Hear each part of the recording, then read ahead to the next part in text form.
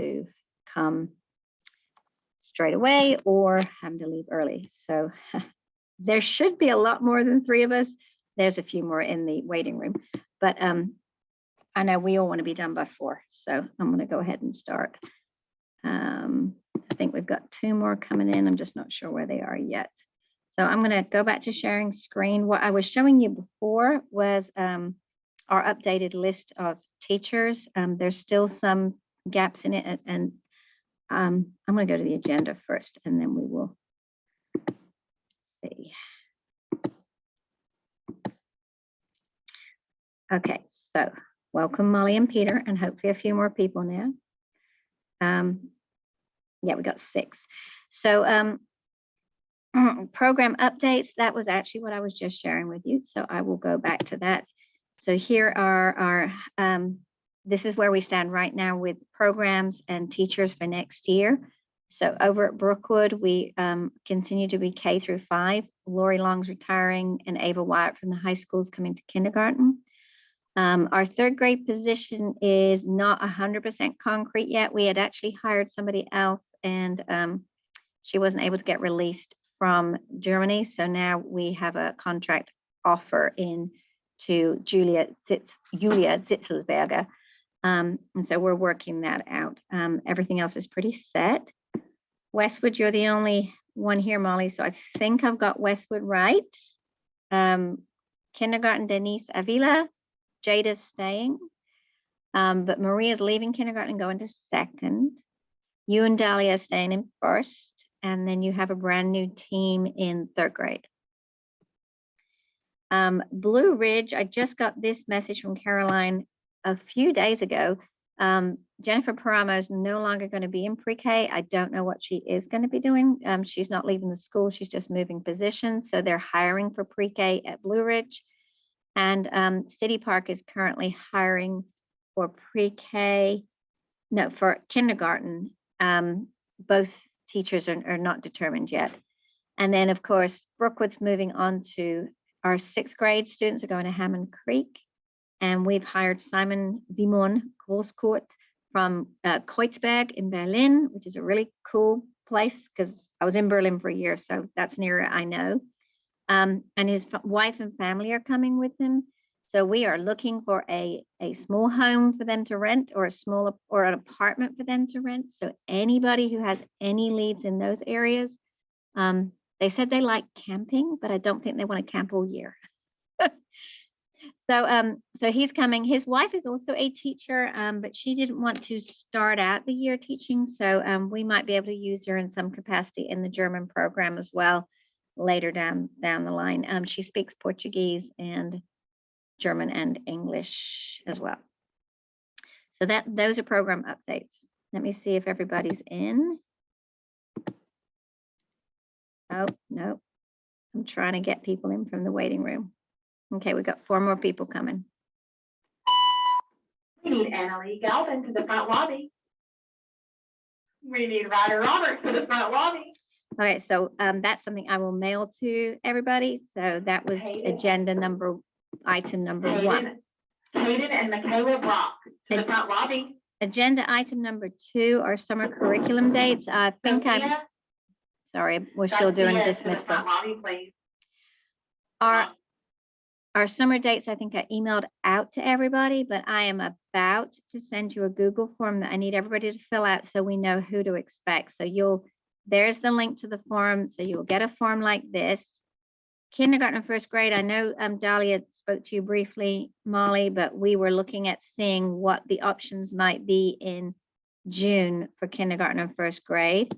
But yes, I put this at the very end of the Google form. So that's only for kindergarten and 1st grade. But anybody new to DLI, we are offering this orientation here. So that would be your new team at 3rd grade at Westwood. That would be your new kindergarten teacher. And then Danny, I saw Danny just came in. If Danny's able to attend because she wasn't able to attend orientation this past summer, that would be somebody who has not been able to attend yet. Tuesday, okay, so our options are math curriculum work, that everybody, that the math coaches really want you to guys to attend if you are the language teacher. And the Carla workshop, I think, is now full. So if you hadn't already told Caroline that you were interested in that, you'd be on a wait list for that Carla workshop. And then our main curriculum work is 3 days the week before pre-planning. So Monday, Tuesday, Wednesday. Oops, I misspelled that. Wednesday. I think I can fix that. Right before pre-planning. But if you see the form, you can fill it out. I will add something at the end about, explain anything. If you've got like, I might be able to attend or I might not be able to attend, you can add that at the end. And then Molly, Dahlia, kindergarten teacher, Ava, this is for anybody who's just in kindergarten and first grade. So that's not a required one, but it's just to say, what days are you available? And then we'll figure out what days work for everybody. Any questions about summer curriculum work? Okay. Just a reminder that we did get awarded all of the grants that we applied for. Westwood has pretty much spent their money. Brookwood, we're still looking for things that you want for your classroom, any materials that are related to language and literacy learning. Hammond Creek got 10,000.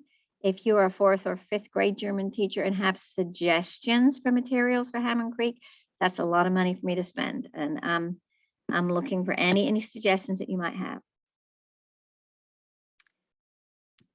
Just a reminder, I know we've all been very busy, but there are the professional learning communities still going on in Georgia. The master schedule is right here. So if you haven't been able to attend something and you suddenly say, I'd be interested, this document is what I'm sharing with you that has been shared by Patrick Wallace multiple times. There are dual language immersion, professional learning communities. And then each person, each presenter has well, I've been putting mine on here, but they all have a folder. So let me try. Pascal does her presentations in English. She's the French. Oh, okay. As you scroll down, there are different ones. There's a German learning community. There are 2 DLI communities for Spanish, which are presented in Spanish. And what I was going to show you was there are recordings. So if you click on that little folder, you should be able to go to the recordings that have been uploaded. So if anybody's looking over the summer for some more information about dual language, there's that resource too. And it's all on this master schedule Google Doc that Patrick Wallace has made. Okay, does anybody have any questions for the greater good before we move on to our teaching for biliteracy presentations? Because once we start that, we sort of get on a roll and some people have to duck out. This is our last group meeting for the school year. So if you have any questions or thoughts or suggestions, just in general for the greater good, go ahead and ask. And welcome, Leslie. I just saw Leslie, one of our new teachers, has joined.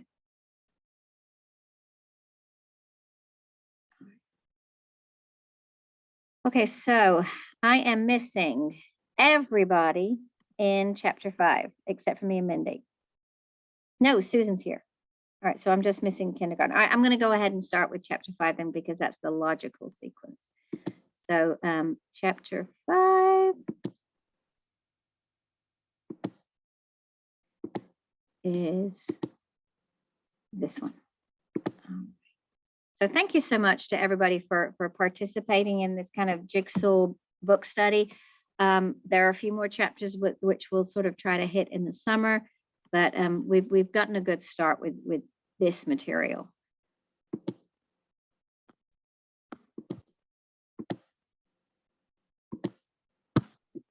All right. So Teaching for Biliteracy, chapter 5 is about language resources, linguistic creativity, and cultural funds of knowledge that students have. And the big focus in this chapter is on oral language, although it did sort of spill over into chapter 6 too, because there's that fundamental link between oral language and literacy. You have to hear it, you have to speak it to be able to read and write it. It's the gateway. They called it the crucial first step for literacy. And oral language develops vocabulary, develops, language skills, complex sentences. It also can add to your background knowledge because you're speaking and talking about a subject. And of course, phonological awareness. The more you listen and speak and play with language, the more aware you are of language and how language works and how the sounds within a language work. And they did talk about, how don't just think about oral language as building those skills with sound, but also that it builds those cultural funds of knowledge, finding out about students' experiences. What knowledge are they bringing to the classroom? What language do they already have to describe that, and how can you add to it? Is Jennifer on here? I saw iPhone and I wasn't sure who it was. That's Jennifer Shoup. It may be Karen. She had to use her phone because Okay. I had to. So I'm not seeing Jennifer right now. So Jennifer had the first couple of pages here. I guess we'll just read through it. So bilingual learners develop and use oral language differently than monolingual learners. Of course, some of this, this book is very focused on Spanish, where you have some of your students who are coming in with skills in 2 languages already. So we have to look at it through a slightly different lens if we are talking to the German program, which is more of a one-way, a monolingual program. So that's just a possibility. But also, this is very important if you're in a 2-way program, because there's simultaneous bilingual development and then there's sequential bilingual development. I'm just reading it, just trying to process it myself. And so I can't really present on it because I'm not sure of her notes. Okay, simultaneous is where they're speaking 2 languages at home. Sequential is where you're adding a language. And I guess our German program is a little closer to sequential. And then in the Spanish program, you're going to have both simultaneous and sequential. Does that make sense?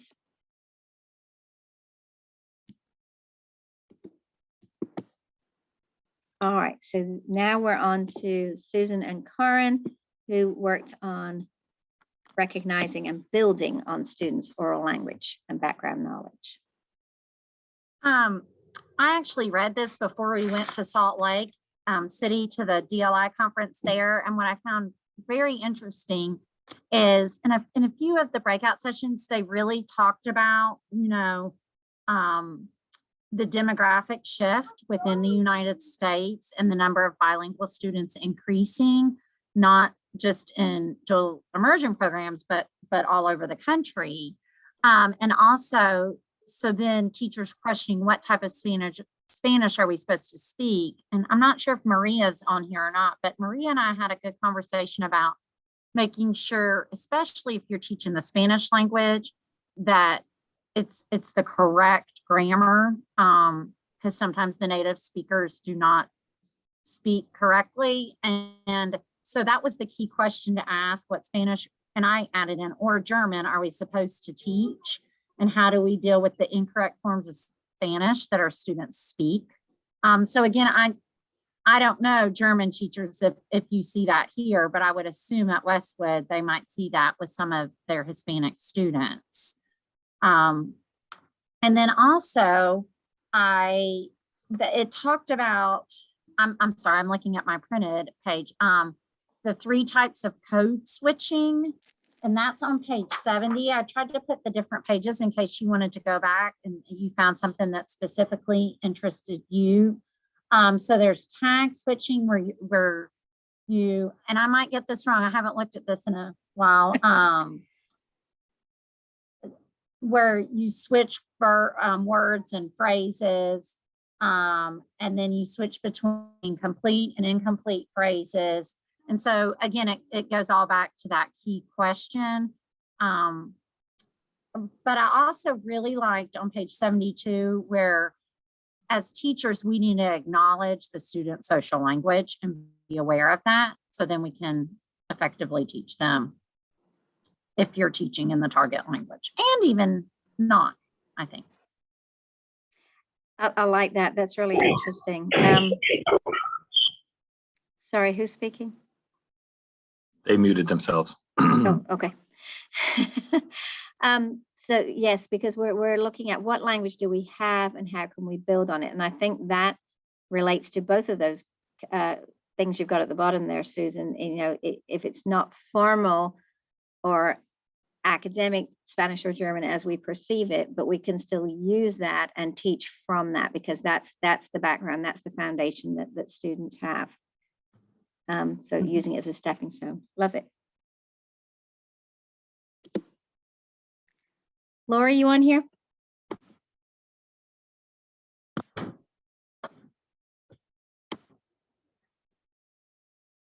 I don't see her. Okay, thanks. Because I'm sharing screen, I can't see it as well. Yeah. There's somebody there with an iPhone that muted themselves. I don't know if that's. I think that's, She thinks it's I Karen. think that's Karen. Okay. So Lori was background knowledge. I won't focus on what she said, but there's a connection to my chapter that talked about trying to activate that first. Sometimes we do the background knowledge a little bit later, or things that build the background knowledge we do a little bit later in conventional teaching settings. Go ahead. Sorry, I'm driving. But she was telling me if you can order a pizza in Spanish, then do that, basically, is what I got from her section. Use the language as much as you can. So it's a little similar to what Susan was saying, and that, you know, think about what they know, what they can do, and build from there. So not discount the social language, not discount basic phrases, use them and build from that. Is that what you think? Maybe. Oh, I'm going to go back. Okay. And I'm going to go back because there's a phrase in the middle here that is what we've been trying to do a little bit with our biliteracy units. That adapting curriculum and materials to incorporate student experiences and knowledge. You know, yes, you've got to know your students to be able to do that, but you've also got to know your curriculum to be able to know how to bring students into that and use their background knowledge within a unit. Mindy. Okay, this part of the chapter, so we've been learning, of course, it's important to know the background of a student. So this part of the chapter was offering some suggestions for doing that. And there was a list there at the beginning: home visits to get to know your students, family questionnaires, you can do observations inside or outside of the class, and then even go into community events to get to know your students and their families. And there were a few examples in the book of tapping into their language and their culture. And one example, because it mentioned there were varieties of Spanish, and to get an idea, I guess, of some of the variety that your student has, the Spanish is what the chapter uses, you could send home illustrations or maybe photographs and have the families label that.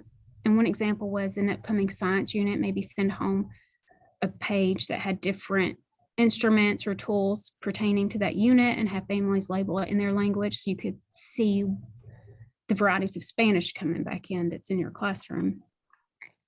And Mindy, I spread yours over 3 slides, so That's do what you that. want to do in here. Yeah. Okay, and then as part teachers increasing their understanding of the oral language, there was a suggestion of it was a 2-step little activity where the first step is you get to gather some of their language in a natural setting, maybe set up a tape recorder in part of the classroom. It's just a small group, maybe even whole group, to just learn how they are speaking to each other in their natural setting. And then using that recording, you can create a chart. And there was an example of the chart on page 75, where you take a sample sentence and you analyze it, and there are some questions to help you analyze it and get your information organized, but maybe choose 2 or 3 sentences and some students to work with you on this. And one example was code switching, which is what Susan just talked about. There was an example where there was a student said a sentence and part of it was in Spanish and part of it was in English, and just analyzing that and trying to figure out why did they use that one Spanish part. In the example in the book, the student had something was said about him and they felt bad, and the English part was, he hurt my feelings. And I thought maybe that English part was because that's some language they had learned in English. It kind of sounds like something you would learn in guidance about your feelings. So they used that in English, but the rest of it was in Spanish. So I love the idea. I mean, I don't know that I can place a tape recorder, but just thinking Yeah. about the language that students use and using that as your lesson focus. Like, okay, Yeah. this is what you're saying right now. This is how we can adapt and build on that. yeah, I thought that was a good idea. And these are the questions, just some suggested questions after you put maybe a sentence up on the chart, to help really focus on, number one, why did the student use the language this way? Maybe part of it was in their language, their first language, and the rest of it, like I said, was just something they had learned at school. And maybe it was social linguistic reasons. So these are just some questions that help you analyze that activity, the languages the kids were using and why they were using it. Thank you. Mhm. So in summary, chapter 5, oral language, background knowledge, and the 3 premises.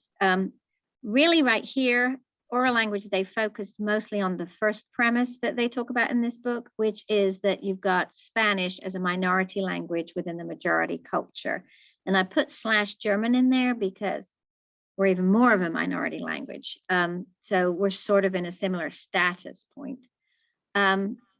And just thinking about, what does that mean for students' use of language? It's sometimes students prefer to use English, and this is mostly speaking about bilingual students in Spanish and English, not because they don't know how to say it in Spanish, they just choose to say it in English.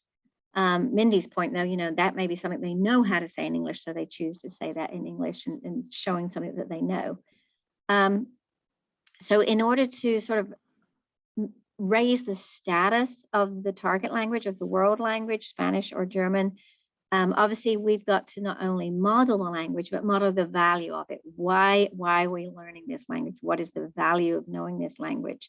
What are the benefits of being bilingual, and really being overt about that, letting students know, look at something, this is a skill that you've got that is super cool. Other students don't have this. This is what you're doing, and isn't this amazing what you can do in 2 languages?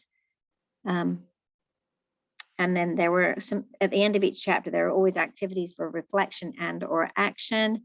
And I just picked out one of them, which is just planning ways to build on students' funds of knowledge. So think about what they know already in an area, an area of interest, ideally, and build on that in instruction so that they can do more, say more in that area.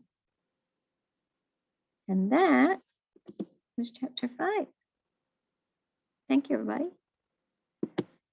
And we are ready to go with chapter 6, which, like I said, it builds very nicely. They go very nicely together just because this is all about building background knowledge. Annie. Yes. Hi, it's my turn. Okay, yes. So students bring their background knowledge to the classroom, and they had this really nice example from the verb puxar as a push, but in English. And I just listened to a podcast of the husband of Heidi Klum and his twin brother, and they did that with a German word, haten. Yeah, ich hate dich. And the Spanish word, which is a different word, of course, it didn't make it into the Spanish official dictionary, but the German word made it into the Duden. So I looked that up. So that was really interesting. So they bring these words from home, from their background to the classroom. And yeah, they talk in that sort of language they feel most comfortable with. And this language is not formal language usually. And I feel like it doesn't matter if they're bilingual or if they're learning a second language. Usually kids, yeah, they don't use that formal language, but they need it in the classroom. So what we have to do is, yeah, do pre-reading tasks, pre-writing activities, and implement that knowledge and, yeah, focus on academic and formal language. And the next slide, please. Yes. Yeah, and a lot of teachers think that students that speak a second language, that they are like monolingual students, but it's not the case. Again, they need these activities and they just don't have the words. Yeah, but again, I feel like it doesn't matter if it's a second language or not. If I'm teaching German kids in Germany, they usually also don't have formal language words. So we need these activities anyways. Yeah, that was short, but I'm coming right from a field trip. I'm done today. Oh, you're doing good. Sorry. But I want to repeat what you just said, if I can remember it correctly. You know, it's not just because our students are doing this in a second language.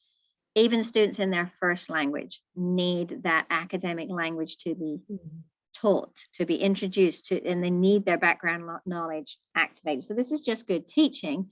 It just becomes more necessary, more obviously necessary in a second language if you want the students to start using that language. Thank you, Danny. Alondra. So my section was about strategies to support the development of background knowledge in formal language. Alondra, can I So- stop you a minute? Am I missing things? Sure. Is this slide correct or do I need to update it? That should be correct. Okay, It was sorry, a little bit apologies. shorter. You're fine. So it really stresses about how we should begin units with a concrete interactive activity that would provide all students with the background experiences and academic oral language and vocabulary that we need to discuss, read, and write about key concepts. And again, I feel like that's just good teaching. Like we would do that anyway in the English language, as well as with the second language. And so it really talked about how kids would not be able to understand like the brainstorming activity if that interactive activity was not put into place beforehand. So we need to kind of come up with something to kind of engage our readers and to give them the background knowledge that they need. And next slide, Okay, and please. I've got to comment because that's huge. Students, you know, we go to our Canvas course if we're the language teacher and we're like, oh, I'll do this activity. Well, if you don't think ahead and plan something that can introduce that language, your activity bombs. You've got to, and that's what this book suggests, is that concrete interactive activity that builds language and experiences. Thanks. And so it does go on to talk about some different strategies. It talked about the total physical response and the adapted reader's theater. The total physical response was developed specifically for foreign language instruction, and it can be used to introduce a lot of academic concepts concretely and comprehensively. And it doesn't really like strain our learners. It doesn't ask too much of them for reading or writing, so it's a good way to kind of start. And so the teacher, we would model academic oral language and we would have a visual or concrete support. So I think that kind of, like I said, it's kind of good teaching, like making sure that you have an anchor chart and some visuals. I know that I try to have like a word wall, and I know that a lot of partner teachers try to do that too, like try to have those important academic vocabulary words in both classrooms. And I think that's a really good practice. So then adapted reader's theater, it talks about taking those vocabulary words and pairing like a gesture with it so that students kind of make that connection with it. And so it really kind of emphasizes how we need to pair the vocabulary word with the movement. And my assumption is that so that the students kind of associate it and get that really memorized. And so it says that they're both versatile and they can both be used to introduce topics. And I know that Peter is a big fan like of reader's theater and in that movement to introduce things to students. Great strategies. Is that your last slide, Alondra? Yes. Thank you. Good strategies. Cool. So mine is on concept attainment and the fishbowl. In concept attainment, students are presented with a series of appropriate and inappropriate examples of a concept. And the thought is by analyzing these examples, students are able to formulate a definition or some kind of description of the concept, even if they don't have the specific formal language for it. There was a point about that the teacher provides a formal language, then after they provide some kind of description that they know. But this may not be good for younger students. It's usually good to give them examples of appropriate language and kind of focus there rather than give them inappropriate examples. The concept attainment prepares students in the sample unit to read and write about crayfish, for example. Students may not know a specific word like langostino or crayfish, but they're able to describe an animal that has a hard shell, that lives in water, that has lungs, and has a tail and claws because they've worked with, for example, turtles, and they know things about turtles. They learn the characteristics of a crayfish along with key vocabulary to describe that animal and develop an understanding of the animal they will study. And the fishbowl, it involves selecting a group of students to model an activity, place them in the center of the class while the other students gather around them and observe their actions as if the one in the center were in a fishbowl. This enables cooperative learning, and it's really good practice for learning the routines for a center activity with which explicitly provides the minimal teacher explanation because it involves the students more. There is some teacher explanation, but it's a lot less than other types of learning. It positively channels and satisfies attention-seeking behavior needs of some students, typical in situations that make that appoint teachers helpers. It needs to be a careful selection, they mentioned, of who they will be, that it flows, that the activity is able to flow properly and not get distracted with the attention that the one in the middle gets. That's all for that slide. On the next one, it's about a field trip, experiment, and a movie. Mostly fun at the end of the unit, but especially it's more effective and it provides highly comprehensible context when these things are used at the start of a unit or to introduce a unit. Students can see and interact with realia while the teacher introduces the concept and elements. When it's introduced, when it's used, when the field trip is at the beginning of a unit, or the experiment is the science experiment, for example, or the movie. It's good for introducing a concept elements, the central theme or vocabulary during field trips. Similarly, with students participating in a science experiment first, they get all the background experience and formal vocabulary in a real life situation up front in which they're able to build the language on later. Showing a movie first also provides the background information at the start of the unit, but they suggest limiting the movie to just the clip of the movie, and also with the sound off, so they're not overwhelmed with too much of the native language. They're able then to focus on the specific concepts and some of the academic words in the clip without all the extra language involved. That I thought was an interesting point of using the video clips. And we do that with our 3-act tasks. That's somewhere in math where we already implement that, both in the DLI classroom as well as in the conventional classroom. I like that because like Alondra's piece said, start with a concrete activity, and then they build on that here, more saying an engaging concrete activity, like a part of a movie or a field trip or a science experiment, very engaging. And like you say, very much a real life experience and hands-on. Is that it, Paul? Okay, Brittany. Thank you.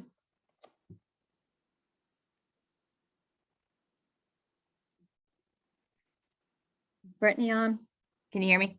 Yes, can now. Okay. I had the word sort and sentence prompt section, which I thought was cool because if you've gone through the literacy program here, it's pretty much the same idea and concept where you have the words that support the key academic vocabulary, and students can sort them, and whether it be a closed sort or an open sort, or they could also choose to use the words to create a narrative. And so if they were creating a narrative, it might be good to pair them with sentence prompts to help students create those narratives as well, like kind of fill in the blanks. So with older students, it's good to use, since it's an abstract activity, it's good to use word sorts as an introductory activity. And with younger students, you can adapt them to have pictures instead of words. As a pre-reading activity, word sorts are awesome to use because they allow the teacher to introduce and assess their understanding of academic vocabulary as well as their background knowledge that they're bringing to the activity. When you're using it as a pre-reading activity, there's no expectation for them to categorize the words correctly to reflect the concept that's being taught. It's just kind of a way to pre-assess where they are. Open sorts must be explained by the students. Open sorts mean the students get to choose how they sort the words, and then they just have to explain it and justify like why they sorted them that way. Closed sorts, they must be sorted in a way that is comprehensible to the student. Next slide. Thank you. Sentence prompts can also be used as like a closed sort activity. So when you use those, you might have to provide models with the sentence prompt. You can also pair them with some of the previous activities that have been mentioned in this chapter. And teachers always ask students to explain their reasons for their choices. And at that point, you can clarify any misunderstandings that students may have. I love this. I'd forgotten this part of the chapter. It's really interesting. And that you said it was relevant to the way literacy is taught here too, Brittany, right? It is. I mean, I was thinking about that the whole way through. You know, when I taught kindergarten, I used to do a lot of like picture sorts, word sorts with students, and we still do word sorts in the intermediate grades too, with just grade level vocabulary. And you know, this is a great way for students to interact with each other, and it's supposed to be relaxed and enjoyable activity for them. There's not supposed to be any pressure for them to do this activity. So I've always enjoyed word sorts, and I think the kids do too, especially when they're open and they get to kind of create their own little groups. And then they have to justify it. Thank you. Peter. Yeah, my part was about the definition of academic in formal language. And I found that a little unclear in the book. But in our discussion today, it becomes clear that we're pretty much following what's called the natural approach of language learning by a guy called Krashen did that, where you teach the second language just like you did the first language, but you adjust it to age appropriateness and to the language level of the kids. And it's then becomes the question, when is the distinction between academic and formal language and informal language useful in the DLI classroom? Because we're always happy, at least in the DLI in German program, when our kids use German, we're very happy, right? And then we don't want to restrict that by redirecting them towards formal language, or at least we want to be very careful. And that's the strategy number one, is to model that and to redirect. You never want to repeat the mistake that the kid made, but you want to, within the interaction that you have with the child, you want to make sure that they hear the correct way, and then you motivate them to rephrase whatever they said in a correct manner without them becoming conscious of that. Strategy number two are anchor charts. They, as all teachers know, have advantages and disadvantages, because the disadvantages, they involved a lot of reading, and kids don't always like to read. The number three is interesting, is contrastive analysis of language. And that, of course, works only with older children.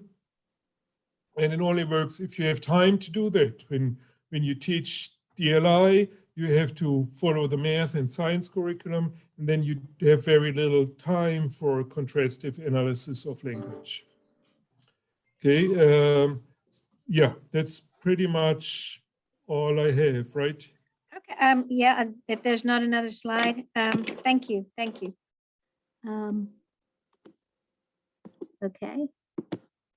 Hang on, there it is. So I tried to just summarize at the end the way that they wrapped up the chapter. Begin with a highly concrete, comprehensible activity in Spanish or German. And I would now add to that engaging after hearing what Paul said about the movie or the field trip or the science experiment. And just a reminder of the 3 premises that they stated at the very beginning of the book. You're teaching a minority language within a majority culture, so you have to be aware of that. Students can, should, and are able to use all of their languages in their linguistic repertoire to develop literacy.